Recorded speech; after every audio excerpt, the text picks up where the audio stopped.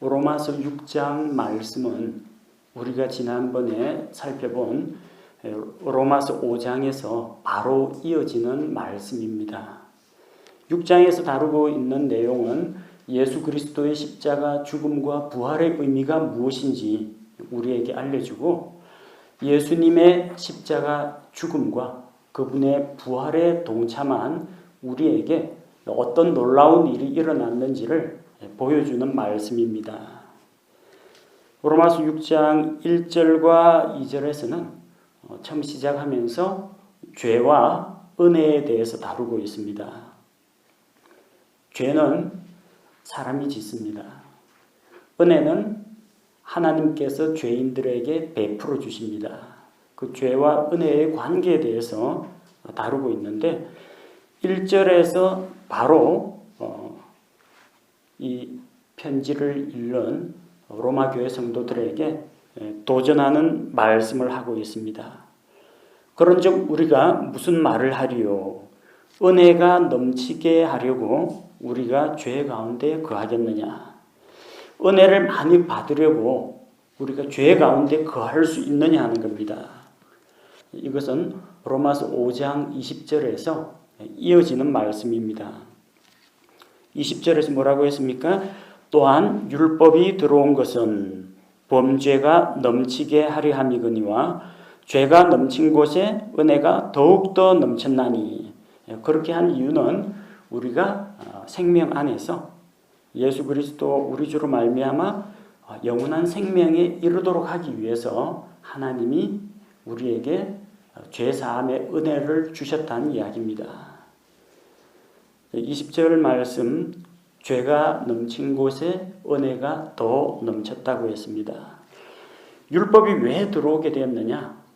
죄가 죄인 것을 알려주기 위해서 하나님께서 율법을 주셨습니다. 율법이 오기 전에도 죄는 있었습니다. 그런데 하나님을 알지 못하는 사람들이 그게 죄를 지으면서도 죄인 줄 몰랐다는 겁니다. 그러나 하나님의 절대 기준인 말씀이 선포되고 율법이 그들에게 주어지니까 죄가 죄라는 사실이 더욱 분명하게 드러났다는 겁니다. 그래서 율법이 들어온 것은 범죄가 넘치게 하려 함이거든요.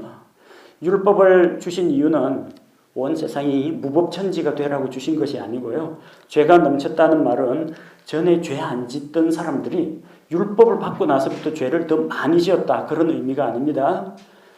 죄는 이전부터 지어왔는데 율법의 말씀을 통해서 죄가 죄라는 사실을 깨닫게 되었다는 겁니다. 그래서 사람마다 내가 심각한 죄인이구나, 내가 무서운 죄인이구나, 내가 파렴치한 죄인이구나, 흉악한 죄인이구나, 다 자기 죄를 율법을 통해서 비춰보고 알게 되는 겁니다. 죄가 넘쳐난 겁니다.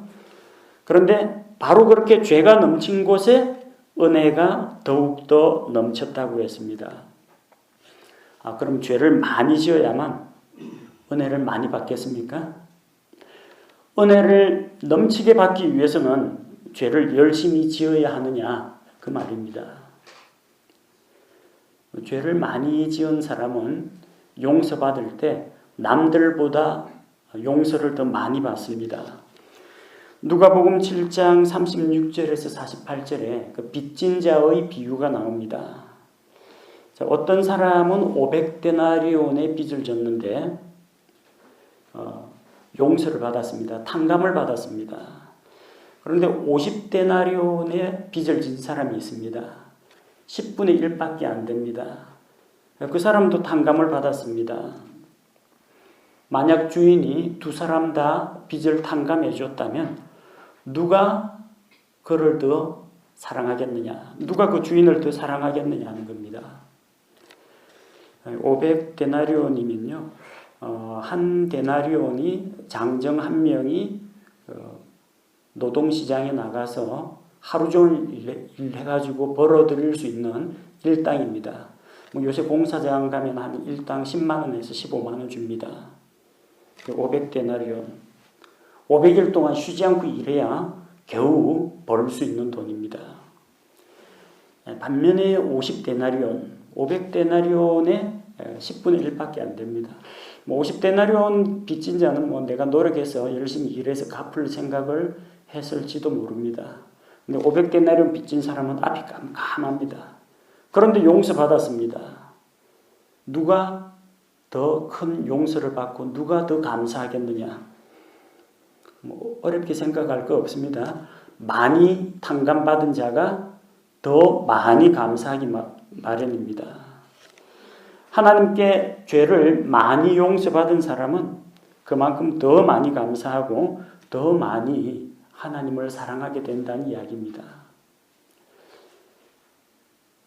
어릴 때부터 믿는 가정에서 태어나서 그냥 부모님의 보호와 간섭 가운데에서 평탄하게 신앙생활을 해온 사람 가운데는 죄에 대한 어떤 처절한 절박한 뉘우침 같은 것이 없는 분들이 더러 있습니다. 다 그런 건 아닙니다.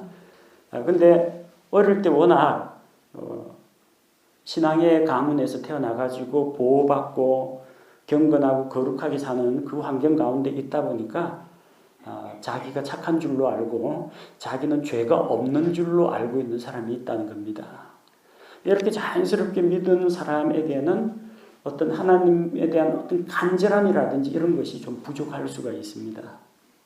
그런데 정말 인생 막장을 달리면서 흉악한 범죄를 저지르고 교도소에서 그냥 수십 년간 징역형을 받아 있는데 어느 날 갑자기 복음과 죄 용서에 대한 말씀을 받아들였다. 얼마나 놀랍고 얼마나 감사하겠습니까? 누가 뭐라고 하지 않아도 자기가 죄인이라는 걸 자기가 너무나 잘 알고 있습니다.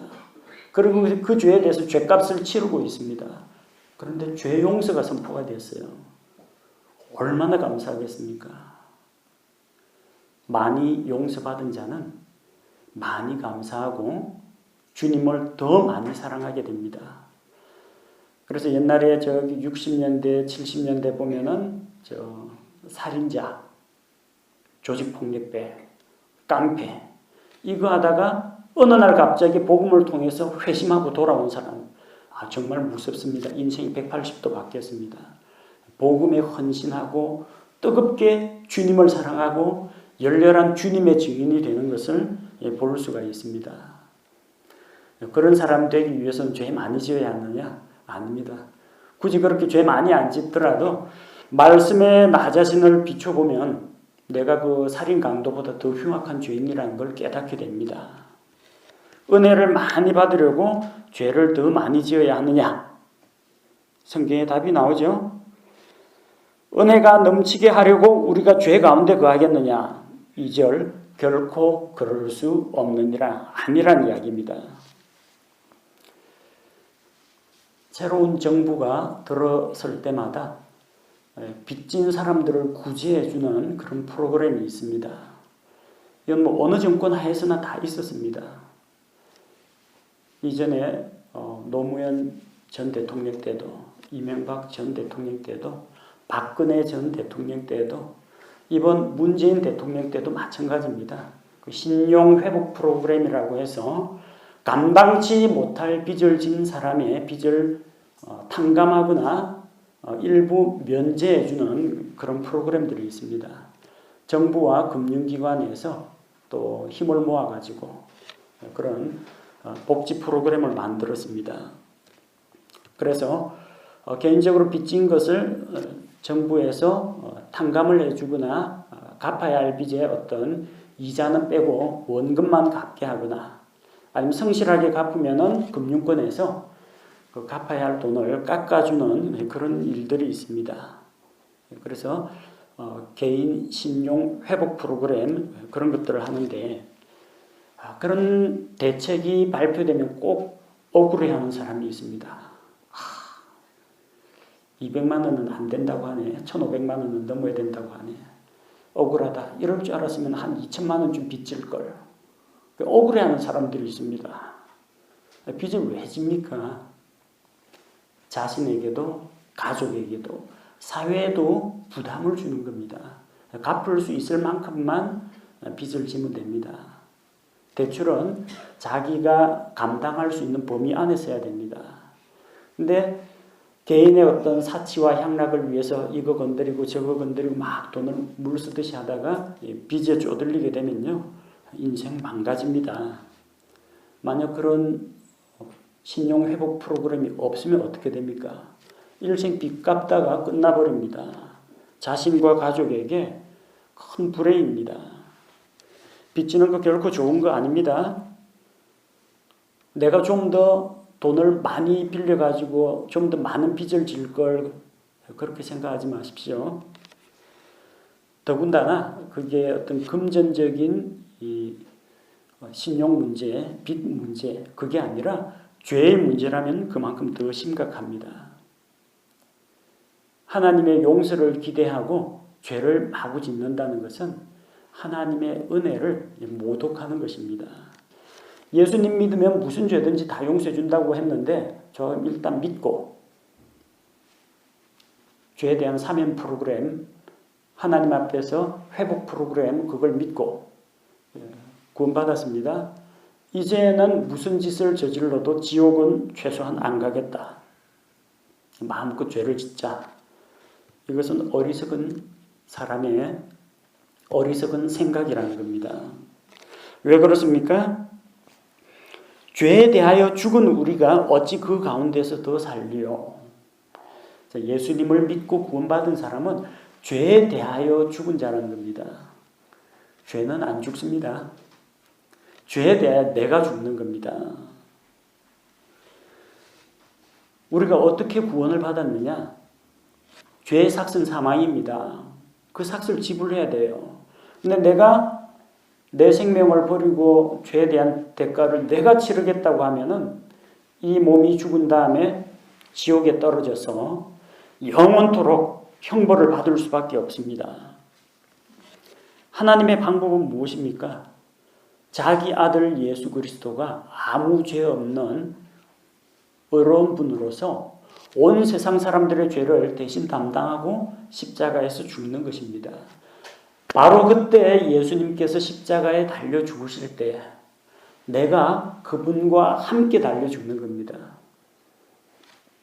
내가 그냥 죽으면 죄 가운데 죽습니다. 그러나 예수님하고 연합해서 죽으면요, 예수님한테 착 달라붙어 있으면 예수님 죽을 때 나도 죽고 예수님 부활하실 때 그분과 함께 나도 일으켜진다는 이야기입니다. 내가 그럼 예수님을 믿고 구원받았다는 것은 무엇을 말해요? 내가 그리스도와 함께 십자가에 못 박혔다는 겁니다. 내가 그리스도와 함께 죽었다는 겁니다. 죄에 대하여 죽었다는 사람이 왜 자꾸 죄로 돌아가서 죄를 짓겠다고 하느냐? 그 있을 수 없는 이야기라는 겁니다. 예수님을 믿고 구원받기로 할 때 뭐 예수 믿으면 좋은 일 때문에 복 받고 죄 용서 받고 천국 간다는데 그거 좋겠다. 믿어보자. 이렇게 믿은 사람이 있다면 그 앞에 있는 한 단계가 빠졌어요. 회개가 빠졌어요. 회개가. 내가 하나님 앞에서 죄인이라는 것과 이 죄로 인해서 하나님을 경노케 했다는 것과 그로 인해서 무서운 심판과 형벌이 기다리고 있다는 것, 그걸 깨닫고 내가 하나님 앞에서 죄인임을 고백하고 죄를 미워하고 내 죄로 인하여 슬퍼하고 죄 문제를 우리 주님께 맡깁니다. 이렇게 해서 구원받는 겁니다. 죄에 대한 회개와 구원자이신 예수 그리스도께 대한 믿음으로 구원받는 겁니다. 회개는 딱 빼버리고 예수 믿으면 뭐 해도 다 된다며, 예수 믿으면 죄 지어도 괜찮다며, 예수 믿으면 천국 간다며, 예수 믿으면 복 준다며, 이렇게 믿은 사람은 반쪽입니다. 믿음이 반쪽입니다.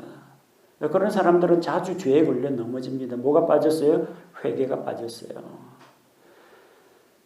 내가 그리스도와 함께 십자가에 못 박혀 죽는다는 거. 뭐 때문에요? 죄 때문에. 예수님이 왜 십자가에서 피 흘리며 고통받고 돌아가셨습니까? 나의 죄 때문에. 이 죄 문제. 바로 그렇게 미워하는, 하나님께서 미워하시는 그 죄를 내가 뉘우치고 회개하고 예수님을 구원자로 받아들였는데 죄에 대해서 죽었다는 사람이 왜 자꾸 죄 아래로 다시 돌아가려고 하느냐? 잘못이라는 이야기입니다. 자, 그러면서 6장에서는 너희가 그리스도를 믿고 그리스도와 연합한 그리스도의 몸의 일부가 되었다는 것이 무슨 의미인지를 우리에게 알려주고 있습니다. 자, 3절에 침례 이야기가 나옵니다. 예수 그리스도 안으로 침례를 받은 우리가 다 그분의 죽음 안으로 침례를 받은 줄을 너희가 알지 못하느냐. 자, 여기서의 침례는 물 침례가 아닙니다. 여기서의 침례는 죽음 안으로의 침례입니다. 그분의 죽음 안으로 침례라고 했지 물 안으로 물 속으로의 침례가 아닙니다. 이거는 영적인 침례입니다. 물 침례는 바로 이 영적인 침례를 눈에 보이는 유형의 물 속에 잠겼다가 일으켜지는 것으로 표상화한 것뿐입니다. 침례라는 것이 무엇이냐? 아직까지 여기서 회중 앞에서 신앙 고백하고 물 침례 안 받으신 분들도요, 예수님을 구원자로 믿으신 분은 이미 다 그리스도의 침례를 받은 자입니다. 침례는 예수 그리스도의 십자가 죽음과 부활에 동일시한 것을 말합니다. 그래서 내가 그리스도와 함께 죽고 그리스도와 함께 연합하여 부활했다. 이것이 우리의 믿음입니다. 그걸 이제 형상화시켜가지고 물 속으로 사람을 잠기게 합니다. 예수님과 함께 죽어 장사 지내는 것의 모형입니다. 그럼 물 속에서 일으켜집니다. 예수님과 함께 새 생명 가운데서 내가 일으켜졌고 새 생명 가운데서 살아간다는 것을 의미하는 겁니다. 예수 그리스도 안으로 침례를 받은 자는 그분의 죽음 안으로 침례를 받은 것입니다. 예수님을 믿고 구원받는다는 것은 무엇을 말합니까? 죽음 안으로 침례를 받는 겁니다. 마가복음 10장 38절에 우리 주님께서 말씀하십니다. 제자들이 우리 가운데 누가 제일 큰 자냐? 서로 자기가 잘났다고 다투고 그럴 때 야고보와 요한이 엄마를 대동해서 이 나의 두 아들을 하나는 주님의 왕국에서 하나는 우편에 하나는 좌편에 앉게 해주십시오 할 때 다른 제자들이 일제히 시기를 했습니다. 예수님께서 그들의 소원을 들으시고 내가 마시는 잔을 너희가 마실 수 있느냐. 예수님께서 뭐 물 한 잔, 포도주스 한 잔 드시고 있었던 게 아니고요. 예수님의 잔이라는 게 뭘 말합니까? 고난의 잔입니다. 겟세마네 동산에서 아버지여 하실 수만 있거든 이 잔을 내게서 지나가게 하옵소서. 십자가의 고난의 잔을 이야기합니다. 내가 마시는 잔을 너희가 마실 수 있느냐? 나를 잠기게 한 그 침례로 너희가 침례를 받을 수 있느냐 하시니 예수님을 잠기게 한 침례가 무엇입니까? 죽음 안으로 잠기는 것을 말합니다. 십자가에서 피 흘려 죽으시고 무덤에 장사되는 것, 땅의 중심부로 내려가는 것을 이야기합니다. 과연 너희가 그것을 할 수 있겠느냐? 제자들은 영광을 취하려고 하지만 예수님께서는 그들에게 영광 이전에 십자가를 이야기합니다. 십자가 없이 영광이 없습니다. No cross, no crown이라고 하죠. 고난의 십자가 없이 부활의 영광이 없다는 겁니다.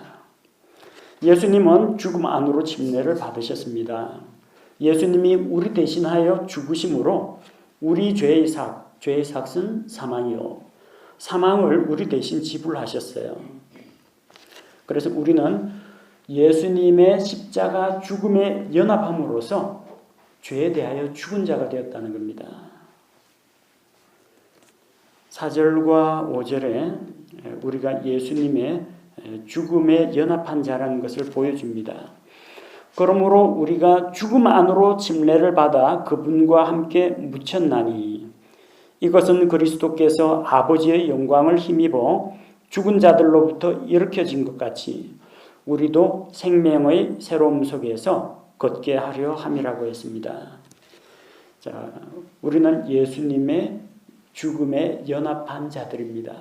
그 죽음의 의미가 무엇이냐? 예수님께서는 십자가에 달려 죽으시고 무덤에 묻히셨다가 셋째 날에 죽은 자들로부터 일어나서 부활하셨습니다. 내가 예수님과 함께 연합하여 죽었다면 나는 그분과 연합하여 일으켜진다는 겁니다.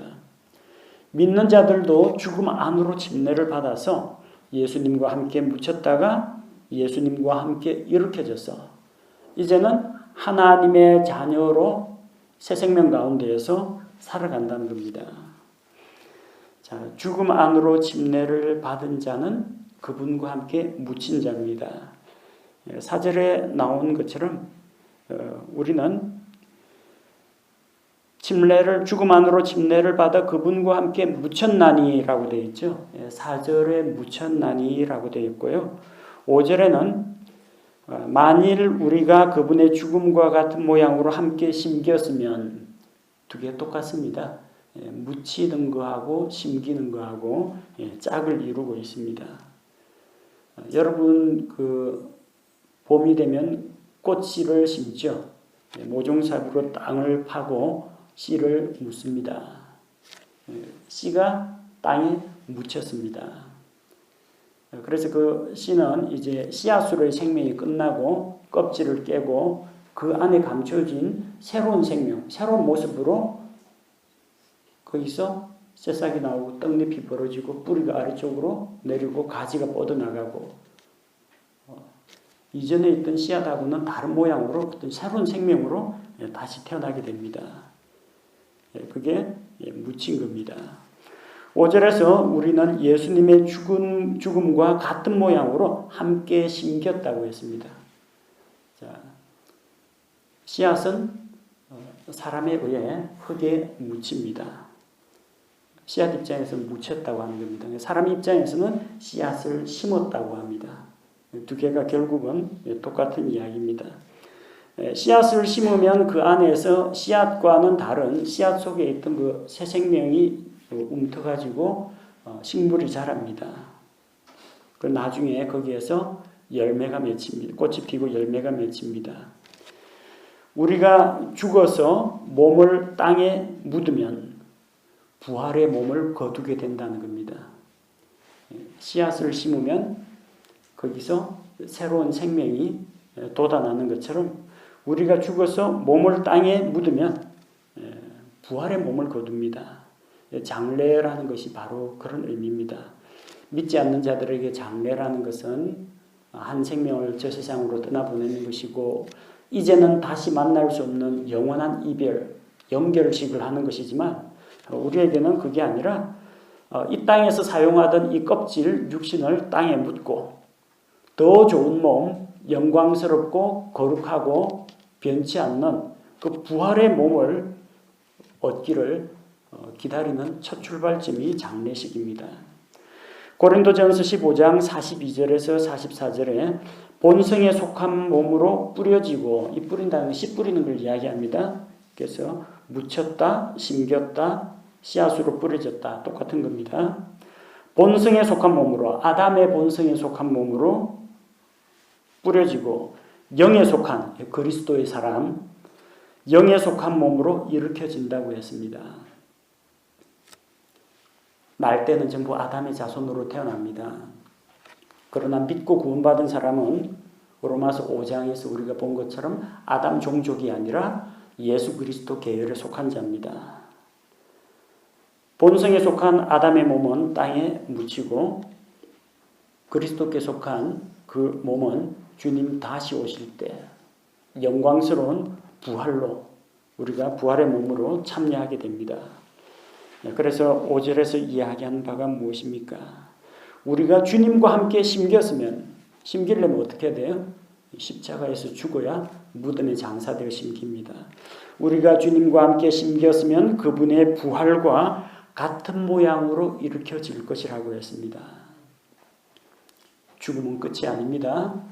죽음은 부활을 위해서 씨앗을 심는 것과 같다고 보시면 됩니다. 그래서 예수님의 십자가 죽음만 이야기하면 안 된다는 거예요. 예수님의 십자가 죽음과 부활이 같이 선포되어야 합니다. 내가 그리스도와 함께 십자가에 못 박혔다. 내가 그리스도와 함께 죽어 장사되었다. 그 의미가 무엇이냐는 겁니다. 그리스도와 연합하여 그리스도와 함께 일으켜지는 그분이 부활하신 그 부활에 나도 참여할 수 있는 소망을 갖게 된 것입니다. 우리가 이런 영적인 지식을 바로 알고 있어야 됩니다.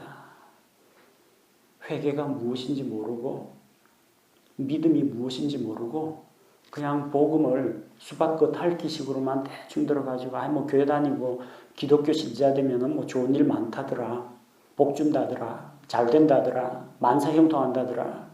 알지도 못하고 그냥 교회 다니면서 이 종교 생활하고 이러다가 정작 중요한 구원의 진리를 놓치면요, 이런 오해를 앞서 이야기한 은혜를 더 많이 받으려면 그럼 죄 많이 짓고 죄 용서 많이 받아야 되겠네.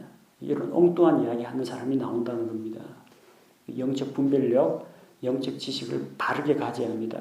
6절에서 우리가 알아야 할 것이 나옵니다. 우리가 이것을 알거니와. 자, 이 로마서 6장에서 우리가 알아야 할 것들이 참 많이 나옵니다. 3절에도 나오죠. 3절에 너희가 알지 못하느냐. 알아야 되는데 너희가 이걸 모르면은 자꾸 죄 많이 짓고 은혜 많이 받자 이런 엉뚱한 이야기 하게 된다는 거예요. 뭘 알아야 되느냐. 우리가 그분의 죽음 안으로 침례를 받은 줄을 알지 못하느냐. 알아야 된다는 거예요. 우리가 예수 그리스도와 함께 죽음 안으로 침례를 받아 그분과 연합하게 되었다는 걸 똑바로 알라는 겁니다. 그래 죄 짓자는 이야기가 안 나오게 된다는 겁니다. 또 뭘 알아야 돼요? 6절에 우리가 이것을 알거니와. 우리의 옛사람이 그분과 함께 십자가에 못 박힌 것은 죄의 몸을 멸하여 이제부터는 우리가 죄를 섬기지 아니하게 하려 함이니. 예수님이 십자가에 못 박힌 것은 우리로 하여금 마음껏 죄를 짓도록 하기 위해서가 아니라 이제는 우리가 죄를 섬기지 않도록 죄에게 순종하지 않도록 하기 위해서 죄에서 해방시키기 위해서 죽으셨다는 이야기예요. 우리 옛사람이 주님과 함께 십자가에 못 박힌 것은 이 죄의 몸을 멸하고 죄의 종에서 벗어나기 위한 거라는 겁니다. 왜? 죄 짓던 이 몸이 죽어버리면 죄가 간섭을 못합니다. 죽으면은 죄가 죄의 삭 내놔라 하는데 나 이미 죽었다. 죽은 자에게 삭을 받아낼 수는 없습니다. 사망이라는 대가를 예수님을 통해서 대신 지불했기 때문에. 9절에서 또 우리가 알아야 할 게 있습니다. 그리스도께서 죽은 자들로부터 일으켜 주셨으므로 다시는 죽지 아니하시고 사망이 다시는 그분을 지배하지 못하는 줄 우리가 아노라. 뭘 알아요? 사망이 그리스도를 지배하지 못하는 것을 압니다. 또 그리스도와 연합한 우리도 사망이 우리를 주관하지 못하는 것을 압니다. 이거 똑바로 알고 있어야 돼요. 이거 모르고 있으면 예수님 믿는다고 하면서도 죽음을 두려워합니다. 예수님 믿는다고 하면서도 죄에 대한 심판을 두려워합니다. 예수님 믿는다 하면서도 자꾸 죄로 돌아가려고 합니다. 뭘 몰라서 그렇습니다. 똑바로 알아야 됩니다. 16절에 또 알아야 될 게 나오죠. 너희 자신을 누구에게 종으로 내주어 순종하게 하면 너희가 순종하는 그 사람이 종이 되는 줄을 너희가 알지 못하느냐. 똑바로 알아야 하는데 예수님께서 죄에서 자유를 얻게 하려고 십자가의 그 모진 고통과 형벌을 받으시고 부활하셨는데 그 의미를 내가 알지 못하면은 어떻게 되느냐? 나는 죄에서 벗어났는데 스스로 찾아가서 죄에게 가서 죄에게 순종하여 종이 된다는 겁니다. 우리가 누구에게 가서 순종하든지 우리의 순종을 받는 자의 종이 됩니다. 학교에서 애들이 좀 힘센 애한테 가가지고 굽신굽신하고 빵 셔틀하고 쫄따구 노릇 하잖아요. 안 해도 되는데 왜? 똑같은 학비 내고 나이도 똑같고 똑같은 학년에 똑같은 반 애인데 왜 그렇게 해요? 근데 그거 숙이고 들어가면 그때부터 종이라는 이야기예요. 거긴 힘으로 누가 지배하는 애가 있겠지만 죄는 우리에게 힘을 행사하지를 못합니다. 그러나 내가 죄를 찾아가지고 그냥 굽신대면서 죄의 유혹 앞에서 굽신굽신하면서 죄를 짓고 하면은 죄의 종이 됩니다. 자발적으로 죄의 종이 됩니다. 왜 그걸 하느냐는 겁니다. 너희가 죄에게 가서 순종하면 죄의 종이 되는 걸 모르느냐?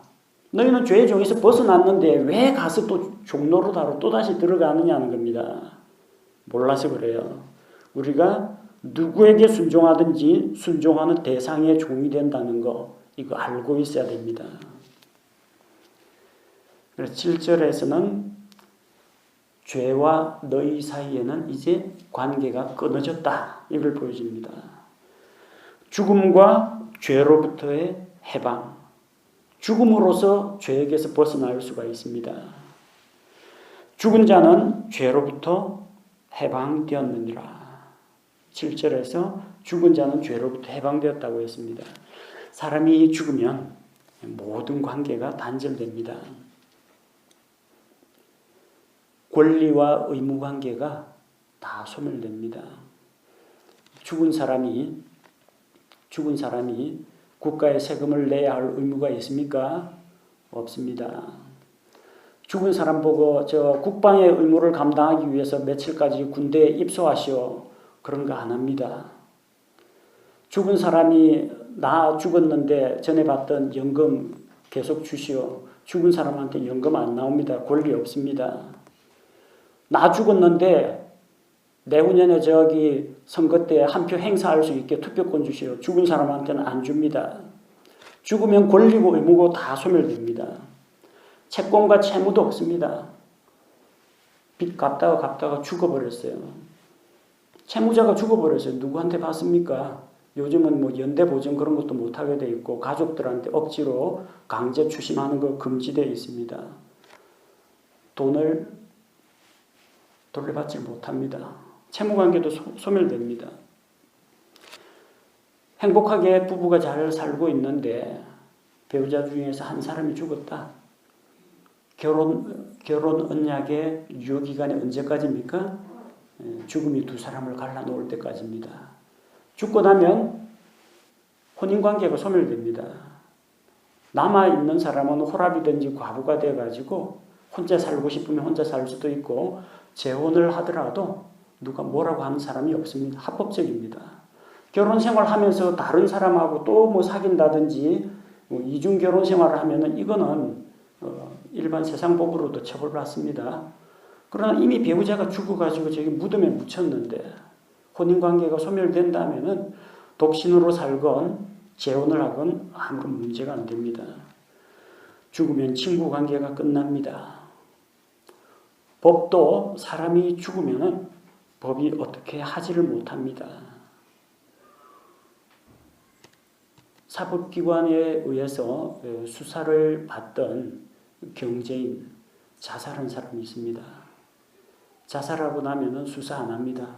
아이고 우리가 너무 수사하면서 그 사람을 압박해서 죽었구나. 아이고 미안해라 해서 수사를 그만하는 게 아니라 죽은 사람을 기소할 수가 없기 때문입니다. 재판정에 세울 수가 없기 때문입니다. 전직 대통령 노무현 대통령 극단적인 상황에 몰려서 죽음을 택했습니다. 국회의원 노회찬 의원 자살했습니다. 자살과 함께 수사가 종결되었습니다. 뭐 계속 조사하면은 뭐 이미 죽었지만 뭐가 나오긴 하겠죠. 수사는 왜 합니까? 죄 유무를 가려가지고 법정에서 재판을 받고 처벌을 하려고 하는 겁니다. 죽어버렸습니다. 수사에서 어떤 결과가 나온다 하더라도 그 사람을 기소하지 못합니다. 그 사람에게 죽은 자를 대상으로 재판을 할 수가 없습니다. 죽은 자를 대상으로 징역 몇 년형 내릴 수가 없습니다. 죽은 자는 죄로부터, 죄에 대한 심판, 형벌로부터 완전히 자유하게 된다는 겁니다. 죄는 사람이 살아있는 동안에는 관여를 할 수가 있지만 죄의 삭신 사망이다. 사망의 형벌을 받아야 한다. 하지만 그 사람이 예수 그리스도와 함께 십자가에서 죽어서 이미 사망했는데 죄는 더 이상 관여할 수 없다는 겁니다. 로마서 7장 1절에 형제들아 내가 법을 아는 자들에게 말하노니 너희는 법이 사람이 살아있는 동안에만 그를 지배하는 줄 알지 못하느냐. 죽은 사람에게는 죄가, 죽은 사람에게는 율법이 아무런 영향력을 행사하지 못한다는 이야기입니다. 여러분이 예수님과 함께 십자가에 못 박혀 죽었다는 것이 바로 이런 의미가 있습니다. 내가 그리스도와 함께 십자가에 못 박혀 죽었다는 그 의미는 이제는 내가 더 이상 죄의 종이 아니라는 겁니다. 이제는 이제는 율법이 죄의 삭슬을 내놔라 이걸 못한다는 이야기입니다. 자유라는 겁니다. 이 자유를 얻었는데 은혜를 좀 더 누리려면 죄를 좀 더 지어야 되겠다. 다시 죄에게로 갈 수 있느냐? 결코 그럴 수 없느니라. 우리가 예수 그리스도의 죽음에 연합한 자라는 것을 꼭 기억하시기 바랍니다. 하나님의 은혜를 누리는 방법은 죄를 많이 지어야 은혜를 많이 받는 게 아닙니다. 죄를 많이 지을 필요 없이 지금 지은 죄만 해도 엄청납니다. 성경 말씀을 통해서 나 자신을 말씀에 비춰보고 내 마음속을 성경이라는 거울에 비춰보고 내가 하나님 앞에서 얼마나 더럽고 추악하고 무서운 죄인인지를 깨달으면 깨달을수록 나와 같은 죄인을 용서해 주신 하나님의 은혜가 크고 놀랍구나 이 사실을 깨닫게 됩니다. 그런 사람이 은혜 받습니다. 그런 사람이 은혜를 누립니다. 죄 많이 짓는 사람이 은혜를 누리는 게 아니라 자기 죄에 대해서 철저히 깨달으면 깨달을수록 예수님의 십자가가 너무나 고맙고 내가 구원받은 것이 얼마나 다행스러운지 알게 된다는 겁니다. 로마서 6장에서는 또한 침례에 대해서 이야기하고 있습니다. 우리가 침례를 받는 것은 물속에 들어가 침례받는 것은 침례 성도가 되었다 하는 단순한 그런 종교의식이 아닙니다. 내가 예수 그리스도와 함께 십자가에 못 박혀 죽었다는 것을 믿음으로 고백하는 것입니다. 내가 죄에 대하여 죽었고 이제 더 이상 죄의 권세 아래 있지 않다는 것을 의미합니다. 나아가서 내가 땅에 심겼고 묻혔고 뿌려졌고 마침내는 지금의 이 생명과는 다른 새로운 생명으로 거룩하고 영광스러운 몸으로 예수 그리스도의 부활의 영광에 참여한다는 것. 그것을 의미하는 것이 그리스도 안으로 침례를 받는 것입니다. 예수님과 함께 십자가에 못 박히는 것이 바로 그런 의미가 있습니다.